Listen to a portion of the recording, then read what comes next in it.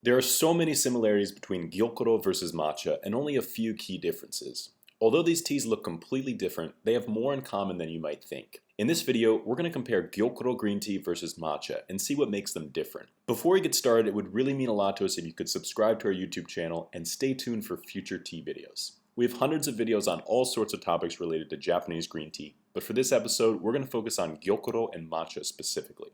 Without further ado, let's get started. Both matcha and gyokuro start out in similar ways. The tea plants are shaded for 3 weeks before the harvest in order to improve their flavor.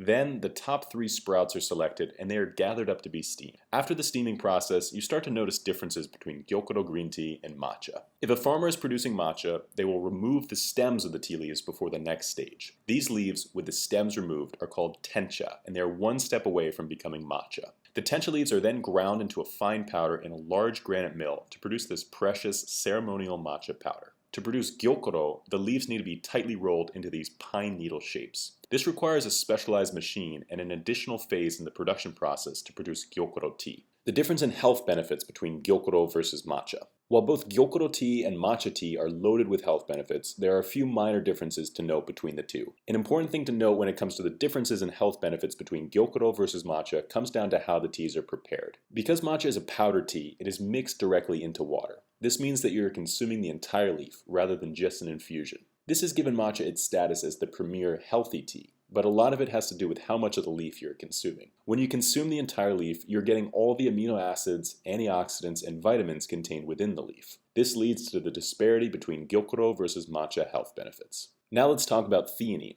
Theanine is an amino acid that's responsible for the sweet and savory flavor of a green tea. It is also thought to have a calming effect on the brain. In green tea, the caffeine and theanine work in synergy to give you a long-lasting, calm alert sensation that lasts throughout the day. Both Gyokuro and matcha are high theanine teas, but matcha will tend to be slightly higher in theanine. Like most other differences when it comes to the health benefits, the difference in Gyokuro versus matcha theanine comes down to the fact that matcha is mixed directly into water and Gyokuro is infused. What about the caffeine? Gyokuro is considered to be among the highest caffeine teas, with between 120 and 140 milligrams of caffeine per serving. A typical cup of matcha tea is about 68 milligrams of caffeine per cup, but it can be much higher depending on how it's prepared. Let's dive into the differences between Gyokuro versus matcha caffeine. When you're preparing Gyokuro tea, you're using 5 grams of leaves and infusing it into water. When you're preparing matcha tea, you're using 2 grams of leaves, but you're mixing it directly into water. This means that gram for gram, you are getting more caffeine from matcha than for Gyokuro, but because you're using more leaf, the quantity is higher in Gyokuro versus matcha. This is likely due to the fact that the caffeine is concentrated on the outside of the tea leaf. The tea plant produces caffeine as a defense mechanism to defend itself against insects. When the insects try to bite the leaf, the layer of caffeine can be incredibly bitter or even toxic. This is thought to be the reason why most of the caffeine is released in the first infusion of the leaf tea, and less of it is released in the second and third infusion. When you prepare a bowl of matcha, you are getting all the caffeine at once, but there is a diminishing effect because most of it would be released in the first brewing anyways.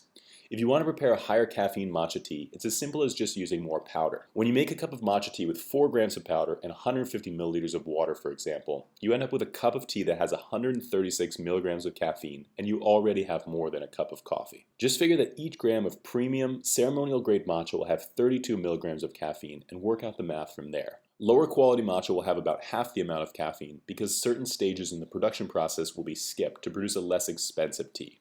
One of the biggest differences between matcha versus Gyokuro is probably the difference in popularity of matcha and Gyokuro. Matcha is probably the most well-known, albeit most misunderstood, types of Japanese green teas, while Gyokuro is relatively obscure by comparison. One explanation for the difference in popularity of matcha and Gyokuro likely has to do with the fact that because matcha is a powdered tea, it can be mixed into just about anything. Of course, matcha lattes were an obvious innovation, but things like matcha ice cream, matcha cakes, and matcha desserts soon began to take the world by storm. Although these matcha desserts are a great way to introduce people around the world to the wonderful tea that is matcha, very few actually consume matcha in its pure form. If you really want to experience matcha tea the way it was meant to be drunk, you should try some ceremonial grade matcha and mix it into water directly. If you use the proper tools like the bamboo whisk and the matcha bowl, you should be able to get a very nice thick foam on top, which will give the tea a smoother texture and consistency. This makes the tea taste almost like a latte, but without the added milk or sugar. What about Gyokuro matcha green tea powder? There is such a thing as Gyokuro matcha green tea powder. It's essentially just a matcha made out of the same leaves used to make Gyokuro tea. In other words, it's made out of Gyokuro instead of tencha. On our most recent visit to the legendary farmer Mr. Sakamoto, he proudly showed us his new matcha mills. He uses these large granite mills to grind Gyokuro leaves into Gyokuro matcha green tea powder. We fell in love with the taste of his Sakamoto Sai matcha and Sakamoto Hime matcha and decided to share it with tea lovers all around the world. These teas have a vibrant green color and a rich, sweet, and savory flavor. As we've discussed, matcha is not simply Gyokuro in powdered form because it has to be made from Tencha leaves. These leaves have their stems and veins removed before being ground into a fine powder. This is thought to slightly improve the flavor, color, and increase the caffeine content. If you're interested in trying either matcha tea or Gyokuro tea, you can find great options on our website, neoteas.com. After traveling around Japan for the past few years, we've met with dozens of farmers and sampled hundreds of different types of Gyokuro and matcha tea. We've settled on a few that we really enjoy, and we think that you'll appreciate them as well. When you order tea from us, you're not only supporting this channel, but also When you order tea from us, you're not only helping to support this channel, but you're also helping us to support the dozens of talented farmers we work with. We believe that by sharing their stories and their tea with people all around the world, we can help to transition the tea industry into a more positive direction. Thank you all so much for watching, and if you have any questions, please feel free to leave them in the comments below. Until then, we'll see you next time.